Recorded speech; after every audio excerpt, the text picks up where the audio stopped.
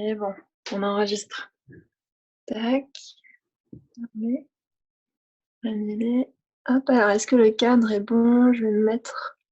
Et hop, voilà. Alors, C'est est-ce bon, que on voit bien. c'est bon? Ouais, c'est parfait. Alors, qui est-ce qui arrive? Je vois Tiffany. Salut, il y a Marie-Lou. Et Sandrine, salut les filles. Jonas, il doit être là aussi, j'imagine. Salut. Alors là, automatiquement, quand vous rentrez, les micros sont coupés. Donc, pour que je puisse vous entendre parler, il faut que vous l'ayez. Hello! Ça va bien?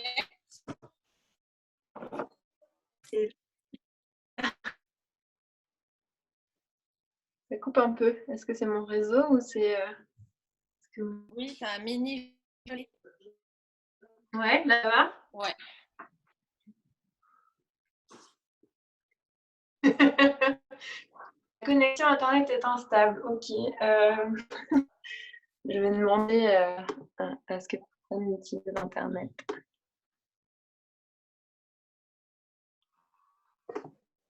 Hop là.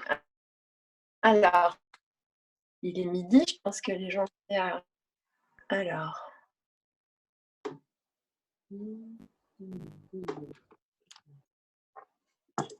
Hop.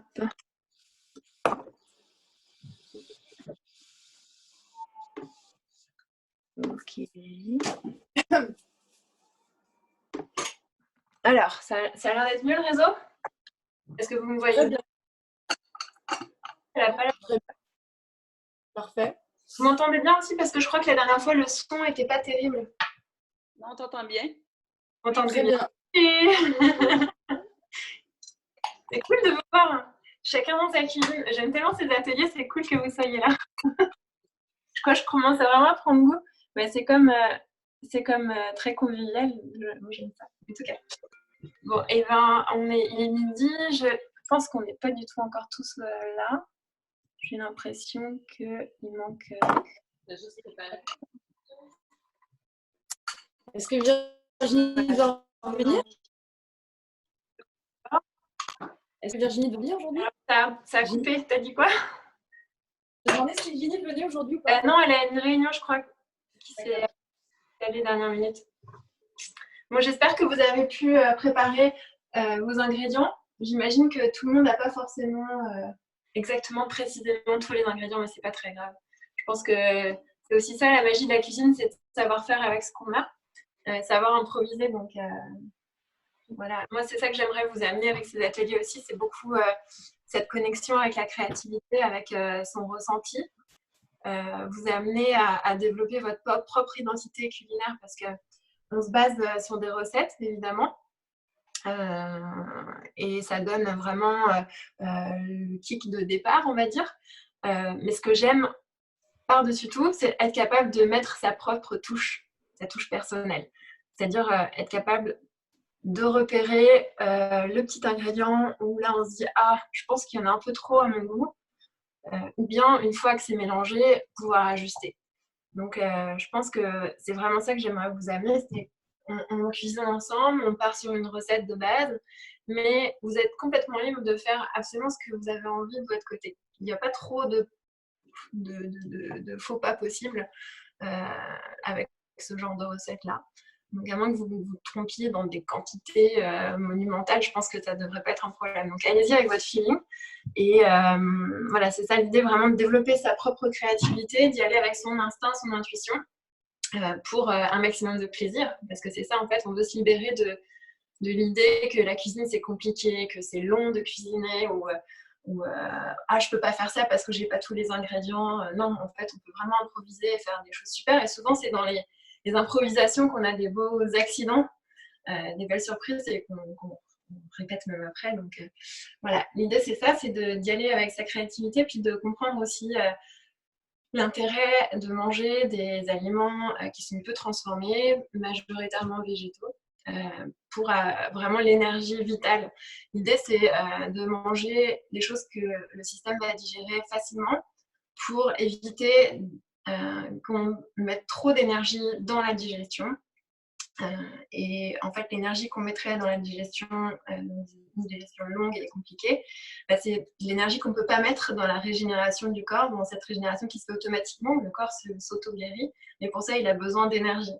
Et donc, si on accapare toute l'énergie avec une digestion longue et compliquée, on manque de vitalité inévitablement. Donc, l'idée, c'est vraiment de manger des choses qui vont être facilement assimilables et digestibles par l'organisme pour, au final, être capable d'avoir un maximum d'énergie parce que on est bien de mettre notre énergie ailleurs que dans la digestion, aussi dans les activités cérébrales et dans les activités physiques, en tout cas. Voilà, donc c'est ça l'idée. Donc, moi, je vous amène des associations de saveurs qui sont parfois surprenantes pour chacun, pour les personnes qui ne sont pas habituées à faire un peu, de sortir un peu de leur zone de confort. Mais justement, je pense que c'est ça que les gens apprécient à travers mes ateliers, c'est cette petite touche un peu originale et ils découvrent en fait qu'on peut faire des trucs super en sortant un peu des sentiers battus. Voilà. Donc c'était ma petite introduction. Je pense qu'on va pouvoir se mettre en préparation tout de suite parce qu'il y a des choses qui doivent reposer. Donc pour vous faire un petit plan rapide du déroulement, on va commencer avec les galettes. On va préparer la pâte parce qu'elle doit reposer un peu. Ensuite, on va faire tremper la noix de coco pour le pesto. Pendant qu'elle trempe, on va faire la crème dessert. Une fois que la crème sera terminée, on va reprendre le pesto, on va mixer tous nos ingrédients. On va réserver ça et on terminera avec la réalisation des galettes. Voilà. Donc ça, c'est un plat, enfin même un repas qu'on peut manger dans la foulée après l'atelier, mais qu'on peut aussi conserver si on préfère le manger ce soir. Ça se réchauffe très bien, les galettes à la poêle ou au four. Et le pesto se conserve au frais, bien sûr, la crème aussi. Donc, il n'y a pas d'obligation de le manger dans la foulée, ça peut se réchauffer aussi, même demain, au pire. C'est sûr que le pesto, il est meilleur frais, parce que les herbes, elles n'aiment pas trop attendre. Mais encore que bon, ça se garde bien 2-3 jours au frigo encore. Voilà. Donc, est-ce que tout le monde est prêt? Faites-moi un petit thème. Oui. Cool, ok. Donc, on commence tout de suite avec la... Alors, est-ce que vous avez des questions? Puis surtout, vous pouvez... Maintenant, c'est un moment pour me poser des questions, mais à n'importe quel autre moment, n'hésitez pas à m'interrompre.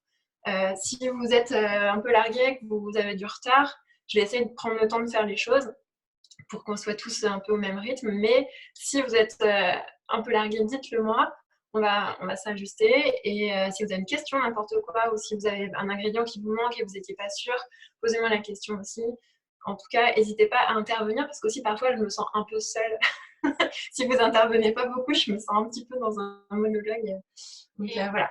Noémie, si on répond pas aux questions des fois, c'est juste parce qu'on est en mute, on est en muet, et puis on a les mains sales pendant qu'on cuisine. Donc on a vraiment envie de te répondre, mais on préfère pas salir l'ordinateur.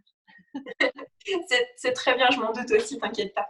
Mais quand c'est important, n'hésite pas à juste te laver les mains, puis hop, toucher le bouton, puis tu me dis. Moi, j'ai une question. Hey, oui! Salut! Nous, on n'a pas de farine de pois chiche, on a de la farine de pois jaune. Est-ce que ça marche quand même? C'est parfait. C'est vraiment très, très similaire comme genre de farine et ça va être parfait. Ouais. Ah bon, ben good. Puis, en passant, ils vendent pas de lavande dans les Laurentides, j'en ai pas trouvé. Si tu veux, si toi je pense que tu aimerais ça, Jonas, tu peux rajouter de la cardamome. C'est la recette. En fait, c'est quasiment la même recette qu'on a fait il y a quelques semaines. Et c'était une version de la cardamome. Fait que si tu veux, tu peux mettre de la cardamome. N'importe quoi d'autre. La cannelle, ça peut être bon aussi. Tu peux mettre un L'anis étoilé. Comment? De la fleur d'anis.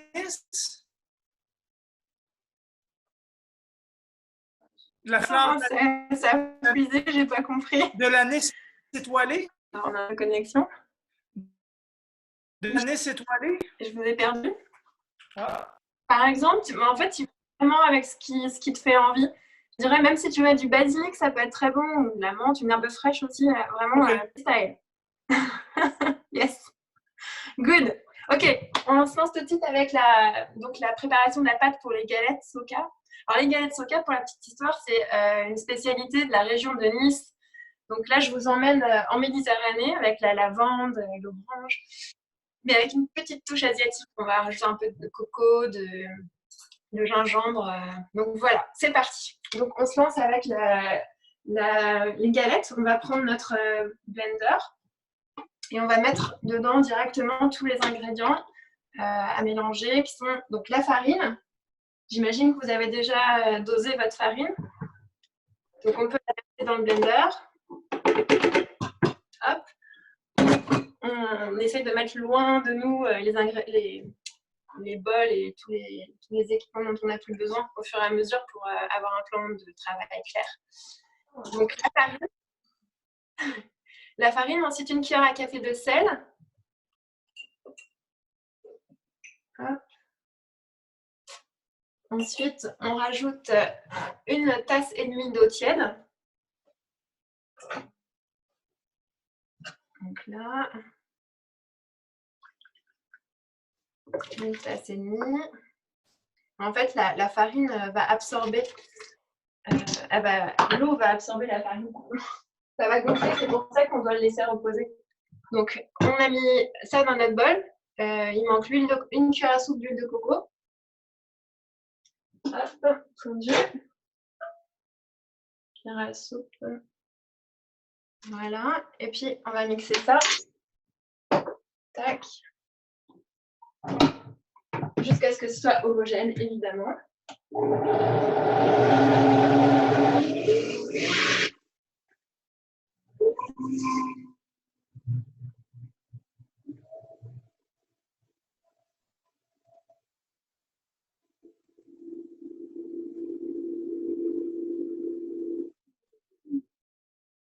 Voilà, une fois que c'est mixé, peut-être dans le bruit de vos robots, on va le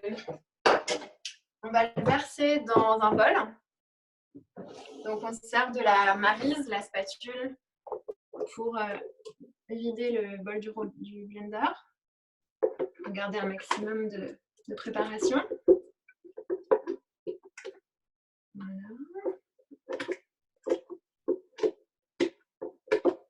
Puis là, on peut allumer pendant qu'on vide le bol, on peut allumer sa poêle. On peut allumer le feu, la plaque. Voilà. On va faire revenir les petites graines de moutarde dans le gui. Donc hop. On verse tout ça dans un bol. On garde la spatule dedans parce qu'on va mélanger notre ghee aux graines de moutarde curry. On le mélangera dans cette préparation et c'est ça qu'on laissera reposer ensuite. Donc là, on passe à la poêle. Donc, dès qu'elle est un peu chaude, on peut le mettre assez fort quand même, entre moyen et fort.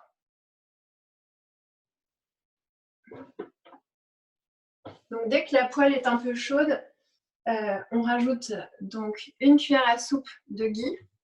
Alors, le ghee, c'est le beurre clarifié. Hein.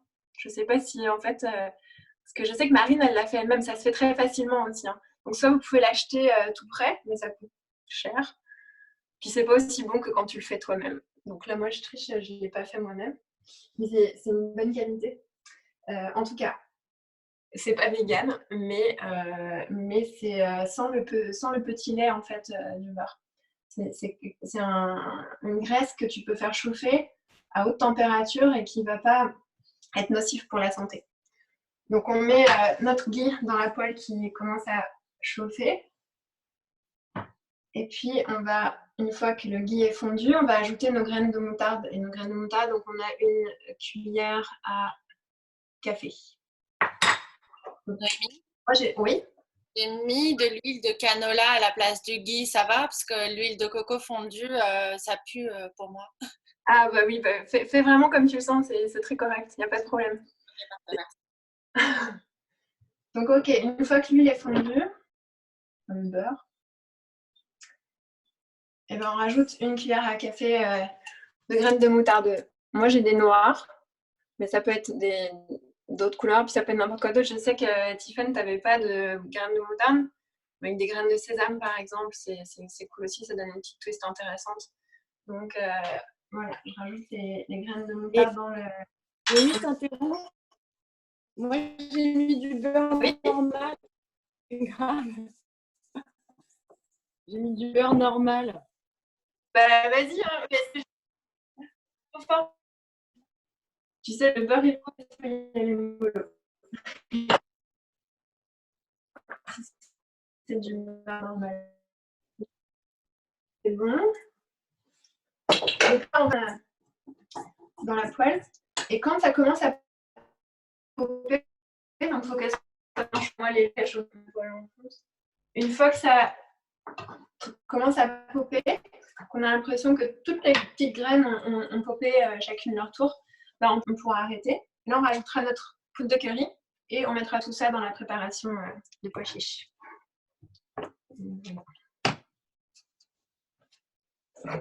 J'ai l'impression que ma préparation est Mimi, j'ai un doute sur ma pâte, là, la galette. Vas-y, dis-moi. C'est un petit peu... J'ai pris de la farine de sarrasin, moi, pour le coup. Ah oui, bah alors rajoute de l'eau. En fait, il faut que c'est une texture, tu vois. Ouais, c'est ça. Pour la texture de vos pâtes, il faut quand même que ça ait une texture un peu de pâte à gaufre. Ah, donc, il faut ajouter de l'eau. Faut que ce soit quand même liquide, mais entre épais et liquide. Là, je vais vous montrer la mienne, par exemple. Cette texture-là, comme ça, c'est pas mal. Vous voyez? Comme ça. Ah, ça commence à popper les graines. On les remet un petit peu. Quand ça commence à popper, là. Voilà. Ça plus non plus, donc plus que ça pop.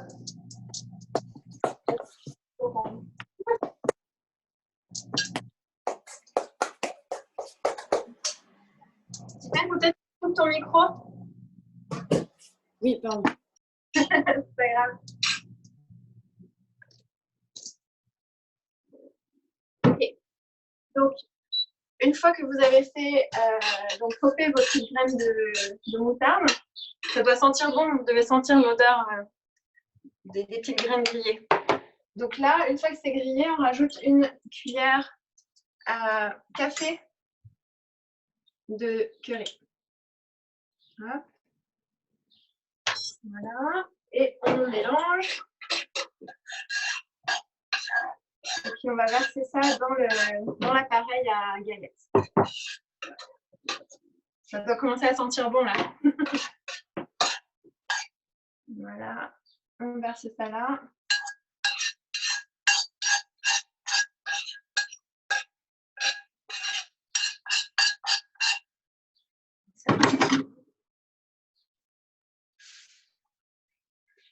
Voilà. Et donc là, on mélange. Ça va donner une belle coloration encore plus jaune à la préparation. Je vais vous remontrer à nouveau pour la texture si vous voulez, pour être certain que... Même là, moi, ça me paraît un petit peu épais. Je vais peut-être rajouter un tout petit peu de... En fait, idéalement, il faudrait que quand vous prenez votre cuillère, ça coule quand même un peu plus fluide que ça. Un tout petit peu plus. Donc, je vais rajouter un petit peu, moi, par exemple. Voilà. Moi, mes graines, elles vont popper partout, hein, Noémie. Ça va être un petit peu mieux. Mes graines, elles vont popper partout. Comment?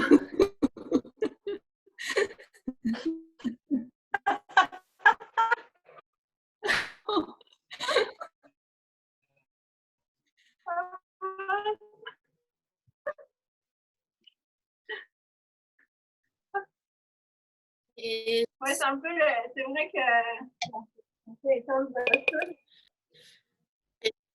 Ok. Donc, voilà, c'est ça, c'est une bonne texture de pâte. oui, je vois, la mienne, elle est bien trop liquide. Est-ce que je rajoute de la farine?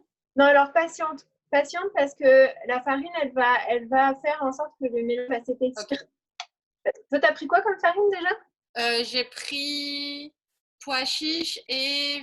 Attends, il y a deux trucs. Attends, je vais... Pois chiches et fèves-rolles. Oui, bah, dans ce cas, attends un petit peu parce que ça va épaissir. C'est pour ça qu'on laisse reposer en plus. Donc, il faut quand même qu'à la base, elle ne soit pas trop épaisse parce que c'est sûr que Ok. Et au pire, on réajustera au dernier moment avant de les faire, les galettes. Donc là, je vous propose de nettoyer votre blender et votre poêle rapidement parce qu'on va en avoir besoin pour la suite. Ah, mais avant de nettoyer, non, excusez-moi. Avant de nettoyer, on va mettre à tremper la coconut râpée. On rajoute, donc dans notre 3/4 de tasse de coco râpé, on rajoute une tasse d'eau bouillante et puis on réserve, d'accord? Donc, hop. Dans la coco, une tasse d'eau bouillante. Voilà, tout doit être bien imbibé, puis on réserve, on laisse de côté. Donc voilà, là on va pouvoir passer au nettoyage de notre blender parce qu'on va en avoir besoin. On va faire maintenant la crème dessert. On a nettoyé en même temps votre poêle parce que vous allez en avoir besoin à la fin pour les galettes, tant qu'à être les mains dans l'eau. On y va. Désolée pour le bruit du robinet, il est vraiment juste à côté de mon micro, donc désolée.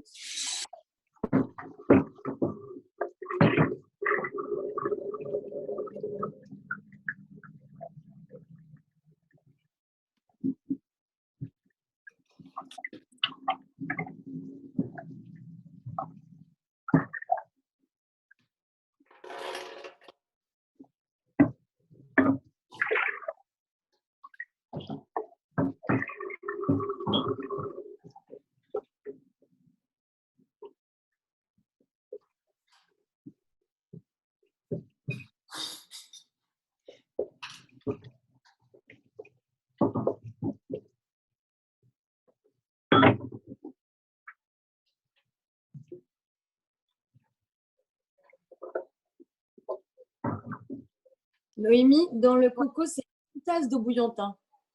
Une tasse d'eau bouillante dans 3/4 de tasse de coco râpé.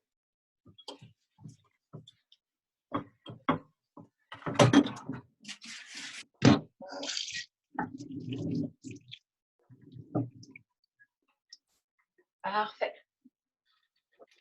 Donc si vous avez fini votre petite vaisselle, faites-moi signe et puis on va pouvoir passer à la crème dessert. Ah! Ouais, non, c'est pas grave. Rien. J'allais dire. Là, moi, j'ai fait tremper mes cajous. Je ne voulais pas demander parce que c'est pas indispensable, mais je voulais en fait vous dire que si votre blender n'est pas très puissant, il est possible que ce soit plus long de mixer la préparation parce que les cajous, si elles n'ont pas été trempées, ça peut être plus long. Mais c'est pas impossible, c'est juste que je ne l'ai pas précisé, mais on aurait pu faire tremper, comme je l'ai fait là, les cajous d'avance. Et quand vous le faites dernière minute, que vous n'avez pas trop de temps devant vous, vous pouvez juste mettre un peu d'eau tiède dedans. En 5-10 minutes, c'est presque comme si vous avez trempé 1 heure. Donc, une fois que vous les avez trempés, en général, il faut bien sûr rincer avant de les utiliser. Donc, rapidement. Je ne l'avais pas précisé, mais ce n'est pas indispensable non plus. C'est juste que ça va permettre de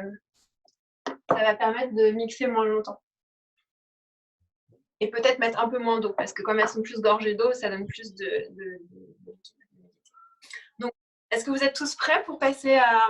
Ah, il y a un petit... J'imagine bien sûr que la coco doit être non sucrée pour le pesto. Oui, je pense que c'était précisé dans la recette. Hein. Ouais, oui, Emmanuel. Bah, après, tu pourrais, parce qu'en fait, on met du sirop d'érable dans... Attends, je dis des bêtises? Ah non, il n'y a pas de sirop d'érable.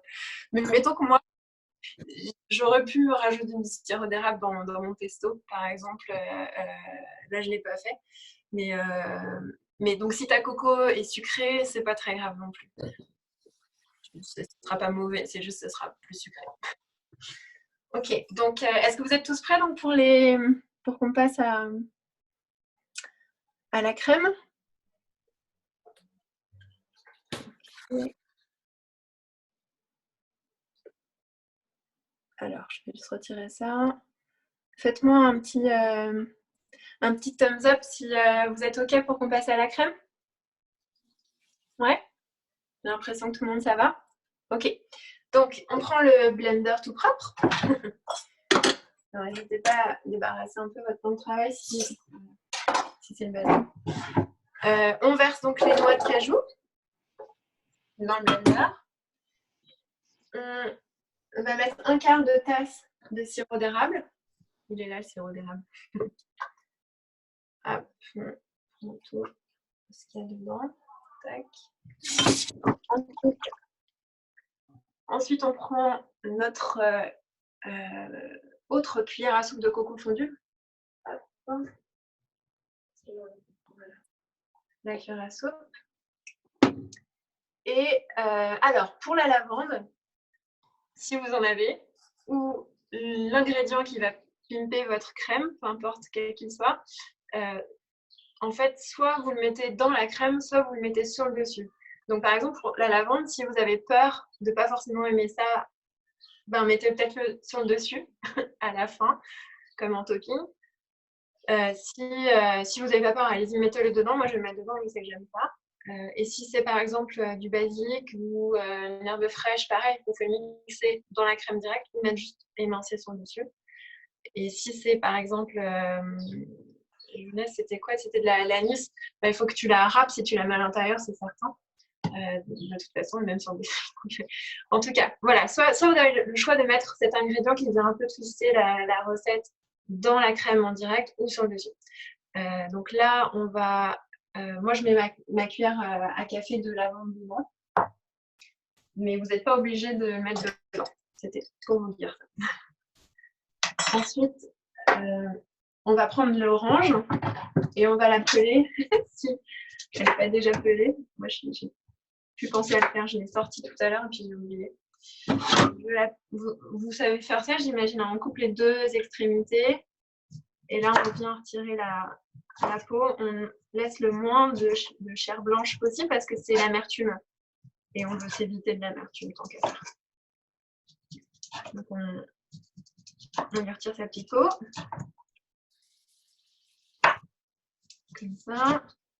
Et puis, on va juste la couper en 4 morceaux, par exemple. On peut juste faire des quarts ou peu importe. On la coupe, hop, et on la met directement dans le blender, comme ça. C'est vraiment le dessert minute, hein, très rapide. Là, on a tous nos ingrédients.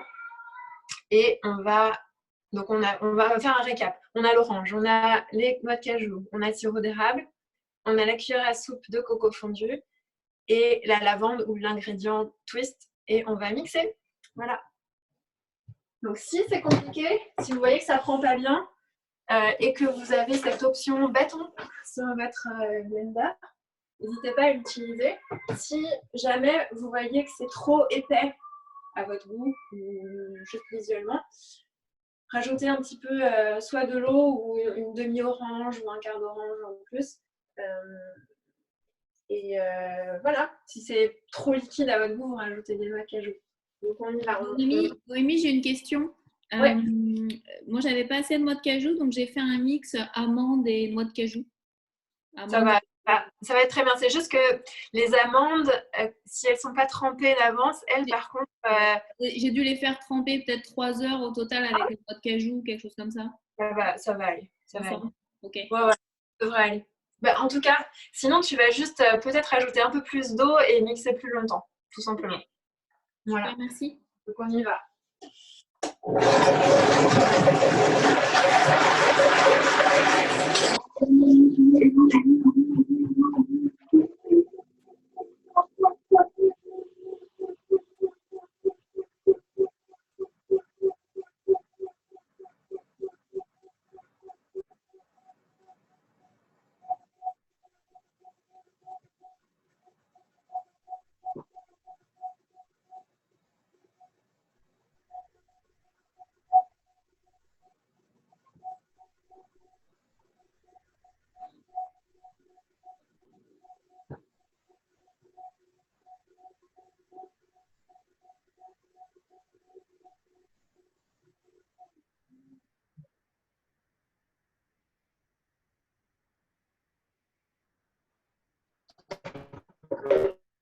Vous pouvez checker la consistance.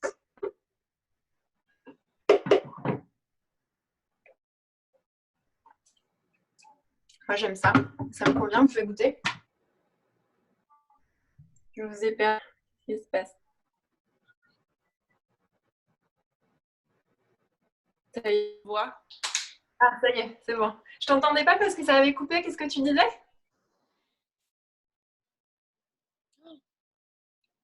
Tu disais quelque chose, Marie-Lou? Non, je te disais, on t'entend et on te voit, ça pas que nous, c'était correct l'image. Ah, bon, écoute. Donc, une fois que vous avez fini de mixer, qu'il n'y a plus de morceaux, que c'est vraiment homogène, vous goûtez, voir si c'est à votre goût. Et puis, vous ajustez si besoin. Et donc là, si c'est un peu plus liquide que ce que vous avez imaginé ou ce que vous pensez que ça doit être, c'est un peu normal. Parce que pensez qu'au frigo, avec l'huile de coco, ça va un peu figer, ça va être fondant, mais toujours fondant, mais ça va figer un tout petit peu.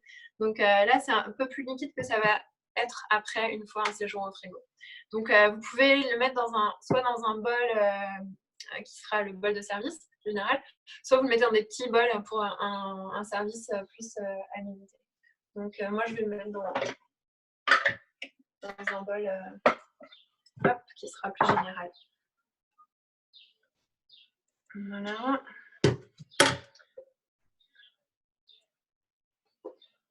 Donc une fois que... Non, c'est pas une cuillère.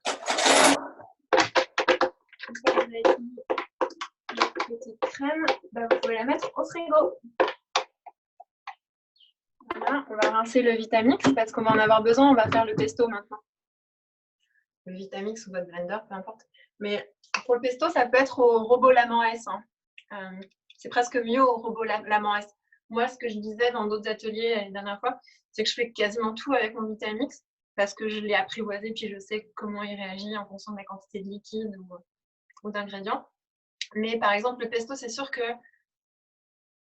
c'est quand même plus facile au robot Laman S. Donc, peu importe, ça va être un peu à vous de voir en fonction de... c'est vous qui connaissez vos outils.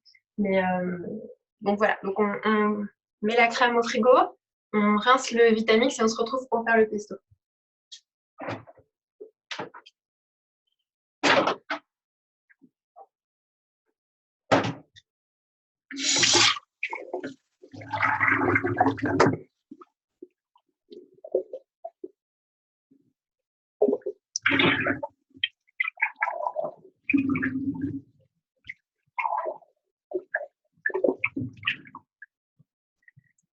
Voilà.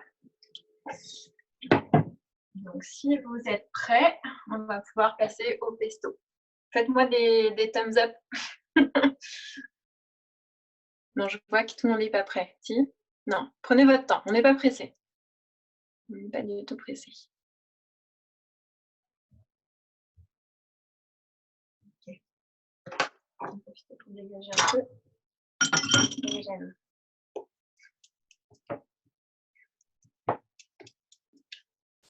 Puis dites-moi quand vous êtes prêts. Je vais juste checker.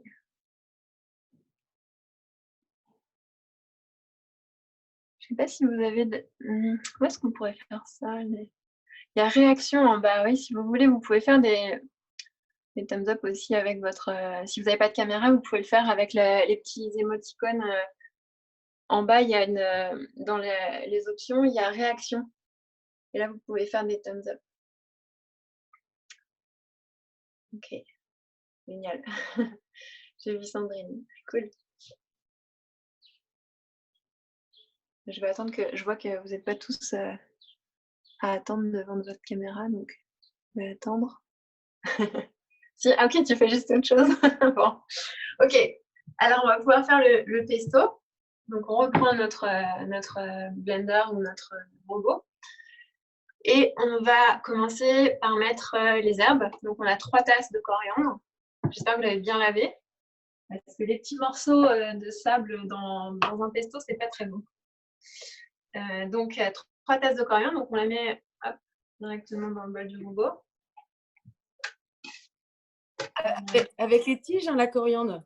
Oui. Il n'y a aucun problème. Ouais. Si tu n'as pas préparé déjà, en fait, la technique pour que ce soit rapide quand tu sers des herbes, c'est que tu prends le bunch, le bouquet au complet, et nettoyer d'avance, bien sûr. Puis en fait, tu vas réunir un peu tes feuilles. J'ai pas de bouquet là, je pourrais pas vous montrer. Mais tu les réunis un peu dans le bout, et avec ton couteau, tu vas directement dans le bouquet émincer directement. C'est bien plus facile que de sortir tes tiges une à une, t'embêter à retirer les feuilles une à une. Et, voilà. Donc, tu vas directement émincer dans le bouquet. Donc, on a nos 3 tasses de coriandre. Là, on a notre demi-tasse de menthe. Voilà. Ensuite, j'ai un petit commentaire. Ah non, c'est un thumbs up. Je suis un peu late. Ok, donc on a nos herbes fraîches, menthe, coriandre. On va rajouter une gousse d'ail. Elle peut être légèrement émincée, pas besoin d'être. On la hache un petit peu. Tac. Elle pourrait être déjà écrasée, mais ça ne sert pas à grand chose parce que ça va quand même se mixer suffisamment. Ensuite, on a notre pousse de gingembre, 2 cm et demi. On va là aussi le couper, l'émincer en très fines rondelles.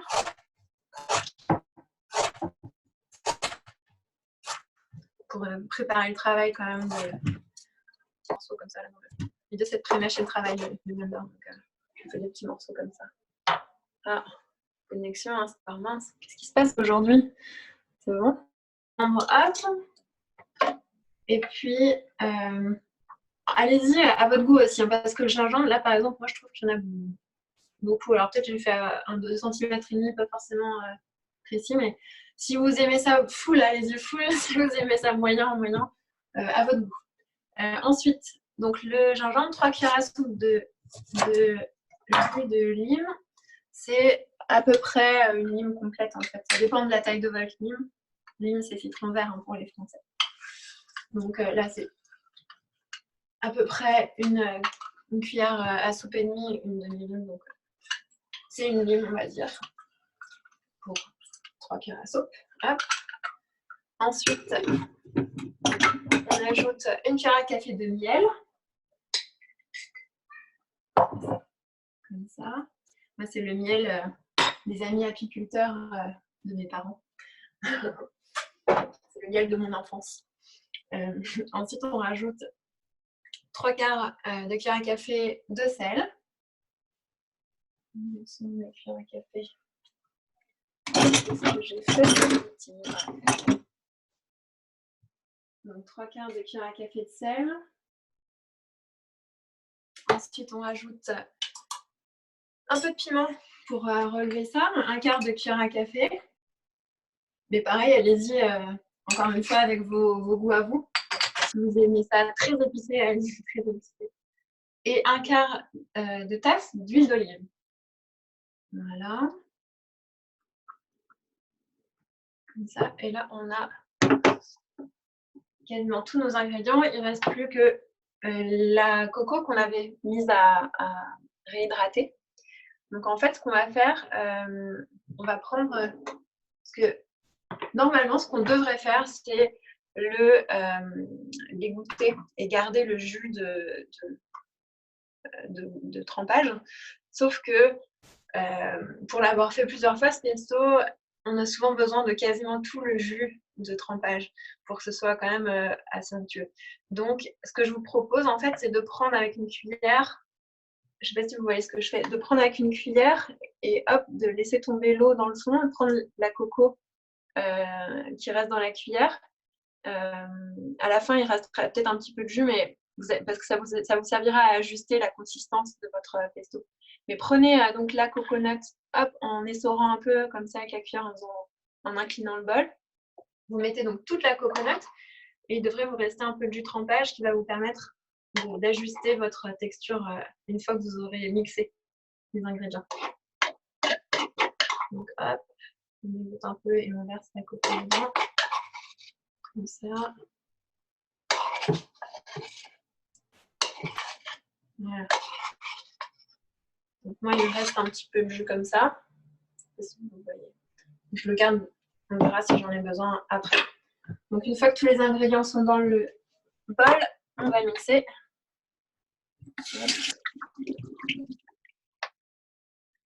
Et on y va pour un tour de plus. Et c'est parti. L'idée, c'est que ce soit mixé, mais comme tous les pestos, on aime bien qu'il reste encore des tout petits morceaux, que ce soit pas complètement une pâte homogène. C'est bien si ça reste encore un petit peu pas complètement homogène, juste avant. Voilà.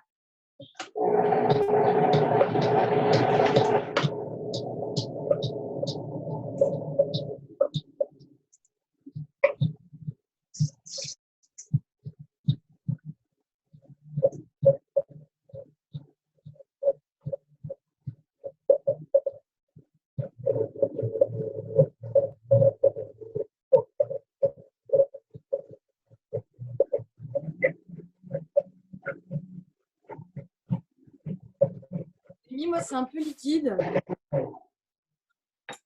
Et toi? C'est un peu liquide. Est-ce que tu as une astuce? T'as peut-être pas mis assez d'herbe. Ouais, peut-être. C'est très liquide, montre-moi. Un peu, ouais. C'est pas très bien. Montre-moi ta consistance. Oui. Ouais, rajoute des herbes. Ouais, bah alors il faut quand même que ce soit assez vert. Continue, j'ai besoin de mixer encore moi.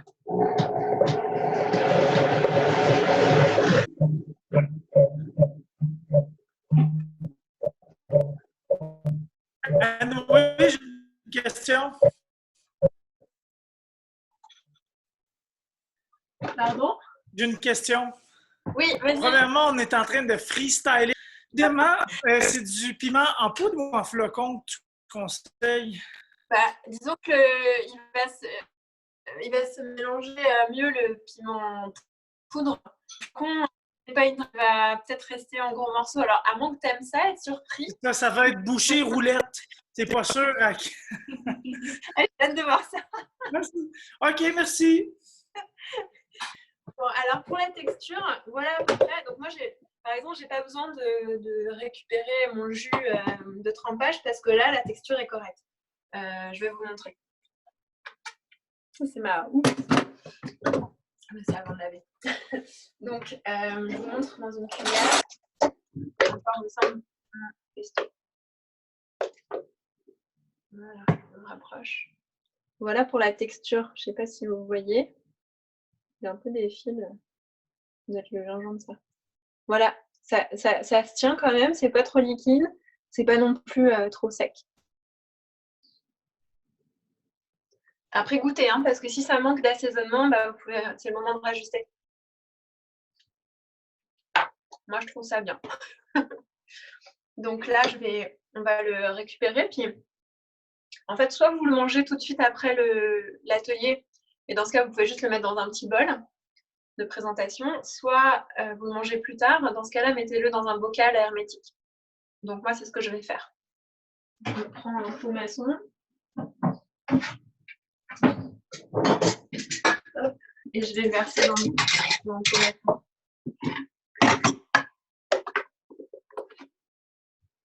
Hop. Comme ça.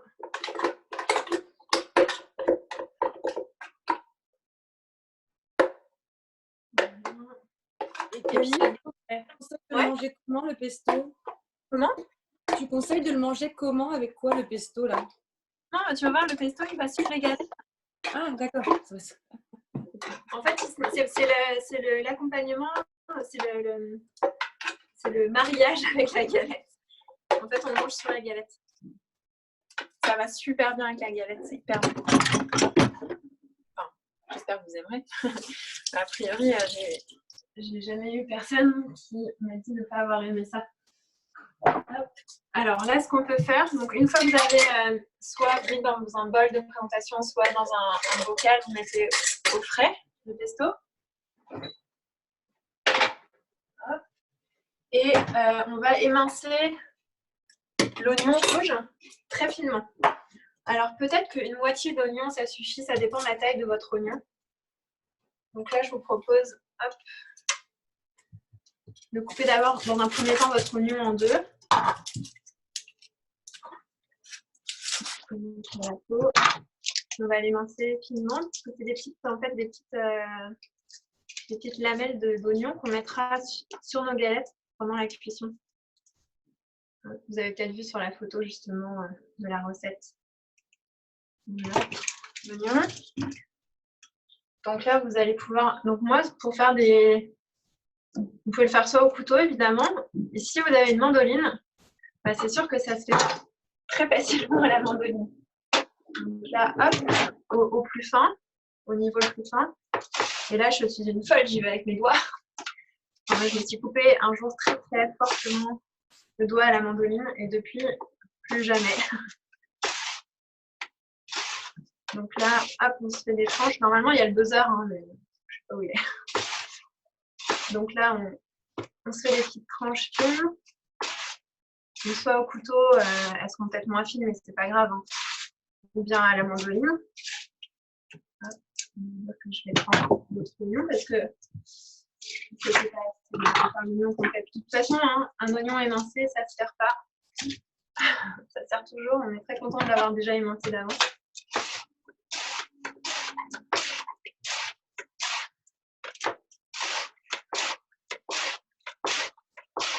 Donc voilà, on va le réserver sur le côté. Je vais le plus tard. Et on va passer à la réalisation des galettes, notre dernière étape. Alors, hop. On prend le ghee ou l'huile de coco ou ce que vous avez comme huile pour faire cuire les galettes. Donc on reprend notre poêle.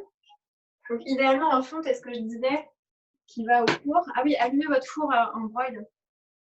Normalement c'est rapide en broil, ça va pas être long à chauffer. Donc en broil, on peut le mettre à 400 Fahrenheit, c'est 200 Celsius. Donc allumez votre four en broil à 400.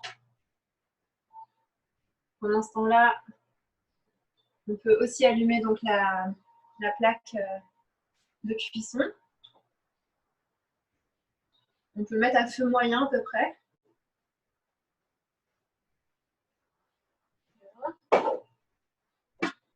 On va reprendre notre pâte à galettes et on va regarder la consistance. Donc là, par exemple, moi je la trouve encore un peu épaisse. C'est-à-dire qu'elle elle a bien absorbé l'eau, mais alors elle est plus très très fluide. Enfin, très très fluide, elle n'est plus assez fluide. Donc je vais lui rajouter un tout petit peu d'eau pour l'aider. Toujours l'eau tiède, c'est mieux.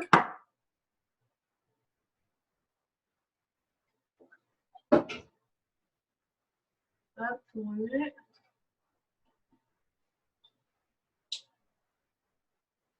L'idée, c'est que quand on la met dans la poêle, elle ne tombe pas comme une crotte et qu'elle vienne juste vraiment se répandre quand même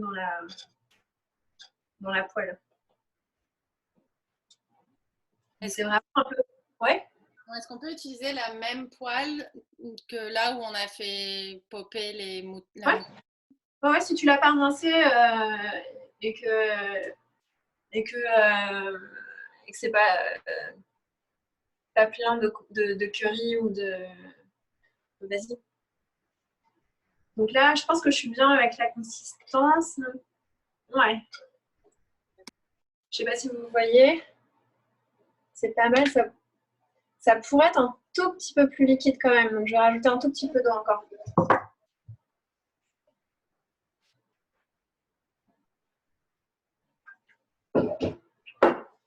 C'est vraiment l'idée que ça ressemble à une texture de pâte à gaufre ou de pâte à pancake. Voilà. Je pense que là, je suis mieux. Ouais. Ok. Parce que tout dépend de la farine que vous avez, la qualité de la farine, du type de farine. Fait que si vous refaites la recette, vous saurez ajuster plus facilement. Si vous utilisez bien sûr les mêmes ingrédients. Mais... Donc ça, c'est une bonne texture. Voilà. Ça, c'est une bonne texture. Ça coule bien. C'est quand même épais, mais pas trop liquide. Voilà. Donc, si vous êtes prêt, si votre poêle, faire en sorte que vous puissiez voir. Donc là, vous prenez un peu de ghee. Hop, on met dans le fond de la poêle. Et quand le ghee va être fondu, on va prendre une louche. Alors c'est à peu près un 3/4 de tasse. On va prendre une louche. Donc on répartit bien tout le ghee sur la poêle. C'est important parce que ça colle quand même beaucoup. Surtout si c'est de la fonte. Voilà, donc on répartit bien partout la matière grasse. Et puis on va prendre il faut que ce soit bien chaud quand même. Hein. Assurez-vous que votre poêle est bien chaude. On va attendre. Moi, la mienne, par exemple, elle n'est pas assez chaude encore. Il faut bien que ce soit chaud avant de mettre. Donc en fait, ce qu'on va faire, c'est qu'on va mettre 2 minutes à chauffer sur la poêle.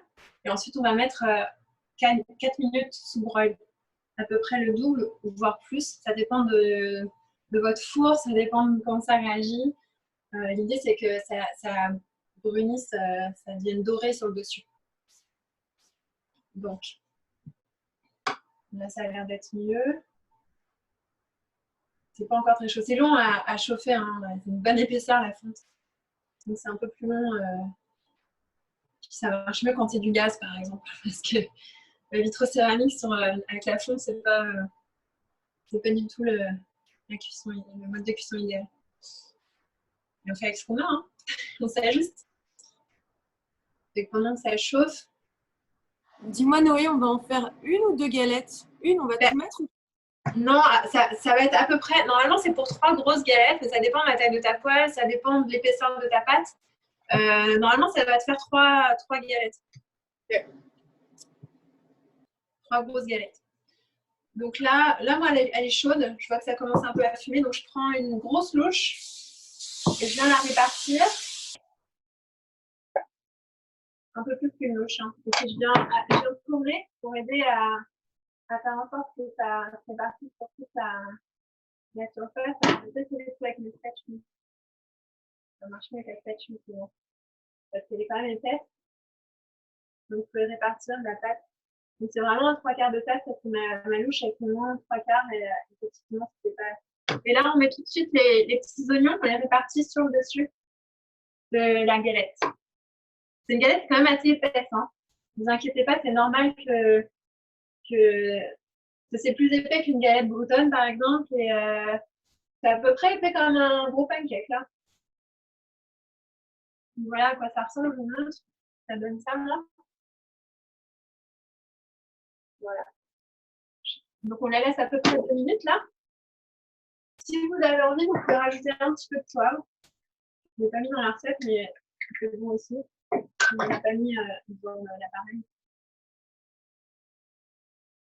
Et donc, une fois que voilà, ça va avoir bien. En fait, pour savoir quand vous pouvez la mettre dans le four, c'est normalement au bout de 2 minutes, les contours vont commencer à dorer, les contours de la galette. Là, ce sera le moment de mettre au four, sur le broil. D'ailleurs, assurez-vous que la grille est au plus haut sous votre four, qu'elle soit vraiment sous le broil. Donc là, ça commence moins légèrement à dorer. Je ne sais pas chez vous.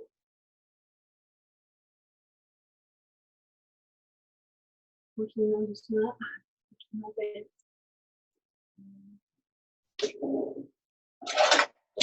regarde en dessous. Ouais, il faut lui laisser le temps quand même. Si ça sent cramer, c'est que ça va trop fort. Dans ce cas-là, vous mettez moins fort. C'est pas normal. Mais normalement, si vous êtes à moyen, là, moi, ça commence à être doré sur les côtés. Donc, comme ça fait, je dirais à peu près 2 minutes, je vais la mettre sous le broil. Voilà. Je ne sais pas où vous en mettre, mais c'est ça que je fais moi. Donc, si jamais votre poêle n'est pas prévu pour aller au four ou vous n'êtes pas très sûr, vous pouvez mettre juste je ne sais pas si vous allez voir là, vous pouvez mettre juste laisser sortir la queue en fait. Vous fermez le plus possible le four en laissant la clé sortie. Ça, c'est une option quand votre poêle va perdre. Et donc là, on laisse, puis on surveille parce qu'on ne veut pas que ça brûle, hein. On veut juste que ça dort. Donc, l'idée, c'est de regarder régulièrement. Puis quand elle sera cuite, prévoyez une assiette ou un plat de présentation sur laquelle vous allez la verser.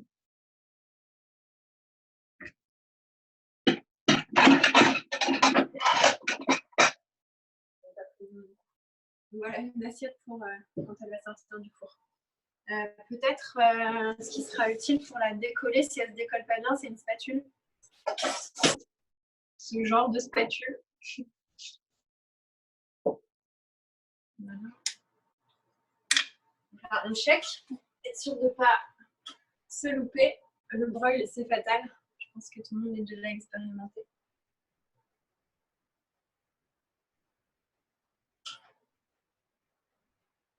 Ce serait cool de... Je serais curieuse de savoir, en attendant pendant que ça... On peut jaser hein, pendant que ça chauffe.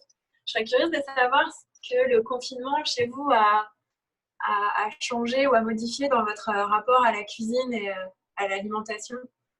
S'il y en a qui ont des petites choses qui ont changé, qui leur plaisent plus ou moins, ou l'impact du confinement, j'aimerais bien savoir, je serais curieuse s'il y en a qui veulent s'exprimer.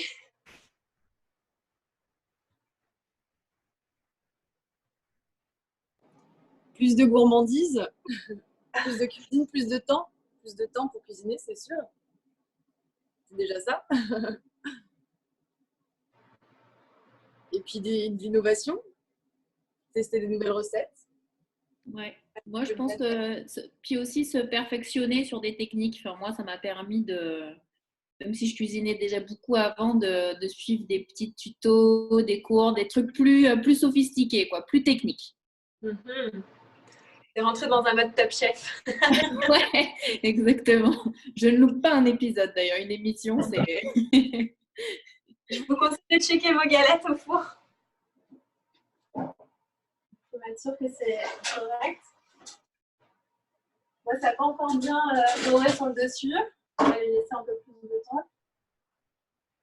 Si jamais pour vous c'est bien doré sur le dessus, sortez-la. Il ne faut pas que ça crame, il faut juste que ça dore.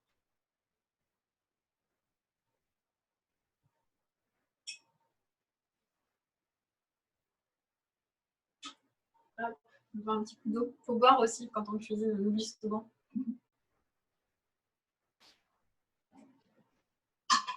D'accord qu'on n'a toujours pas utilisé les graines de moutarde et ce qu'on a rajouté avec, hein? Ou si? Ah si, on l'avait mis dans la pâte. Tu l'avais pas mis dans la pâte? Non, mais c'est pas grave, il m'en reste.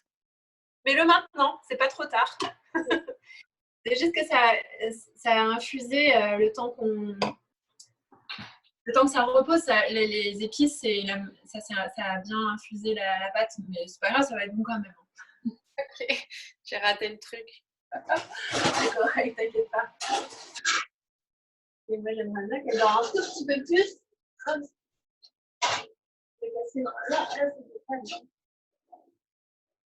C'était passé dans le moelle.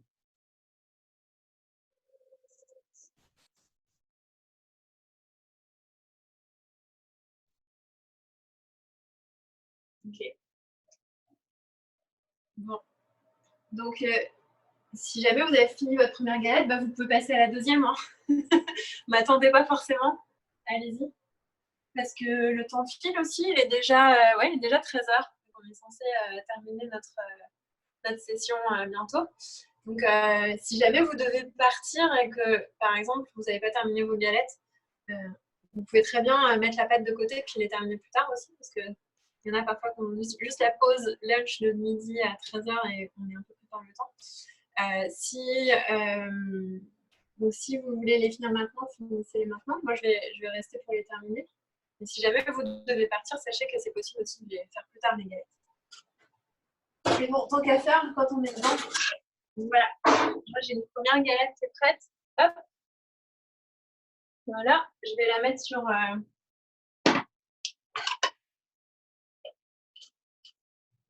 Je vais la mettre sur son... Ah oui, n'oubliez pas que c'est chaud.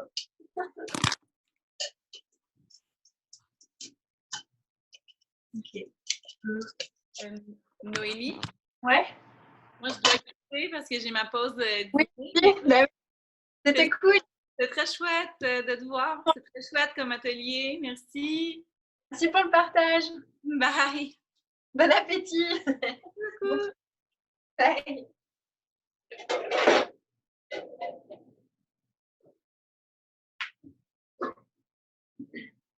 Ok, donc on Ça a fait... l'air trop bon, Noémie. Qu'est-ce que tu dis? Ça a l'air trop bon. Tu vas voir. A priori, c'est trop bon. Bon, moi, je passe à ma deuxième. Hop. Je mets mon lit. La chauffe.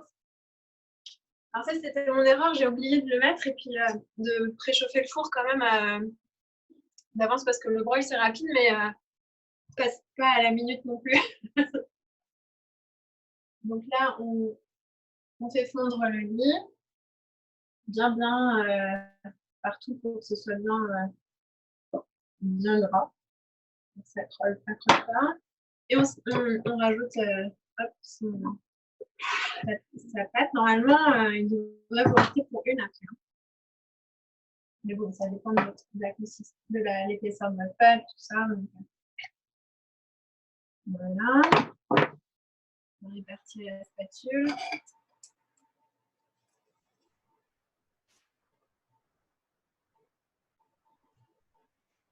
Et puis, tout de suite, on n'oublie pas les oignons pour que ça entre bien dans la pâte. Tac, on répartit ces petits oignons. Un peu beaucoup, je m'enflamme. Hop. Les oignons. Et puis, le poivre si vous avez envie. J'ai plus de torche. Ah. Voilà. Un petit coup de moulin. Et voilà.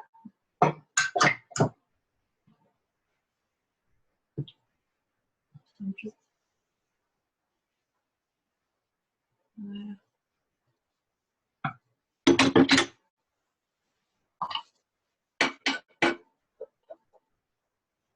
Donc on surveille. Puis dès que c'est doré, encore une fois, dès que c'est doré sur les contours, on peut la mettre dans le four. Je commence à avoir très faim. Je sais pas vous, mais puis les odeurs. Alors, il y a un petit message, je vais y aller. Merci Emmanuel. Belle journée. Pareil, Noémie, faut vraiment que j'y aille là. Oui, mais allez-y, ouais, on a un peu dépassé. C'était un peu plus long celui-là avec les cuissons. Ouais. Et, écoutez, soit vous avez terminé, puis c'est cool, soit vous pouvez terminer plus tard. Mais en tout cas, merci pour votre participation, c'est cool. On a fait ça. Je crois que le prochain atelier, c'est le 16. Ouais, le 16. On fait du sucré le 16. C'est un samedi. On fait ça à 10h, 4h en France. Voilà. Ben, bye à ceux qui doivent partir. Merci, bye bye. Bisous Noémie, nous aussi on y va. Bye bye, bon appétit. Attends, on va regarder. N'hésitez pas à faire des photos aussi du résultat de vos plats. Hello ma coco. N'hésitez pas à faire des photos. Bisous. Bisous. Voilà. Bisous. Ciao, ciao. Bye. Bye bye. Merci tout le monde. Et si vous voulez partager aussi, ça peut être cool de diffuser le programme à vos amis. Parce que plus on est, plus c'est fun. Donc n'hésitez pas à partager, si vous avez aimé en tout cas. Et les résultats si vous faites des photos de vos plats. Et voilà, si la prochaine fois, vous avez envie de partager ça aussi avec vos amis, dites-leur. Hein, qu'ils sont bienvenus. Donc là, hop, là, moi, ça commence à dorer, je mets ça dans le four. Et puis, on va arrêter là après. Je ferai ma dernière plus tard, je vous laisserai terminer tranquillement. En tout cas, c'est cool. Ça va, Elisa, c'était bien? Salut Noémie, ouais, c'était super. J'espère que vous allez vous régaler. Bah, j'espère aussi. Un peu du sport parce que ça va vite quand même, mais En fait, c'est vrai que pour ces recettes-là, les sokas, c'était un peu plus de préparation. La dernière fois, c'était des recettes qui ne demandaient pas de cuisson. Donc, c'est sûr que c'est plus facile, plus rapide quand tu n'as pas à sortir l'arsenal de cuisson. Mais les prochaines, je crois qu'il n'y a pas de cuisson. Juste que ces galettes-là, là, j'avais envie de vous partager parce que c'est très beau. Puis parce qu'aussi, c'est sûr que moi, ma cuisine est majoritairement vivante, crue, non transformée. Mais j'aime. Pardon. J'aime la flexibilité. Donc j'aime bien, je mange aussi du cuit et d'autres choses. Et là, il y a des pois chiches, des légumineuses. En tout cas, ça m'arrive aussi de manger un bon poulet bio ou du saumon. Mais voilà, je sais pas, il n'y a pas d'étiquette. C'est plus dans l'idée de la flexibilité et puis d'y aller avec ce que notre corps nous réclame, qu'on sait être bon pour notre santé. Donc, voilà. en tout cas, c'est assez drôle parce que tu vois, actuellement, je suis censée être à Nice. Ouais. Donc, tu vois, on fait des sokas, mais j'y suis pas à cause du virus. Je suis censée faire mon stage à Nice, mais du coup, j'y vais pas. Donc, au moins, j'aurais goûté la soka. C'est ça, ouais. Tu vois, on voyage un peu dans la cuisine. C'est parfait, ça. Je regarde le check dans le four pour me... Génial. Bon, bah, En tout cas, merci beaucoup. La dernière fois, c'était super bon. Je me suis régalée. Donc, c'est pour ça que je pense que tout régalé, maman dit. Bah, c'est un plaisir, en tout cas. Bah, merci vraiment à tous. Et puis, bah, je vais mettre fin à la session et je suis curieuse d'avoir un retour après ça en images ou en... Noémie. Oui.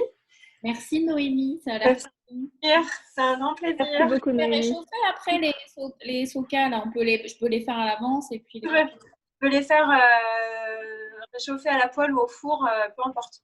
Okay. Ça marche très bien. Impeccable. Merci beaucoup. Bye merci, tout le monde. Bon appétit, salut. Bye bye.